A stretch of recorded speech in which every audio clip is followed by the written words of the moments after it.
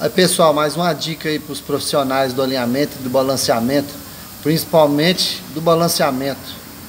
Na hora de for fazer, de pregar o chumbo na roda, colocar pressão no chumbo, dá a pressão no alicate.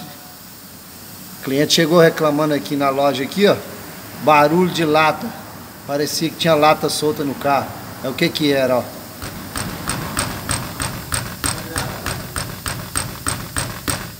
Chumbo solto, sem pressão.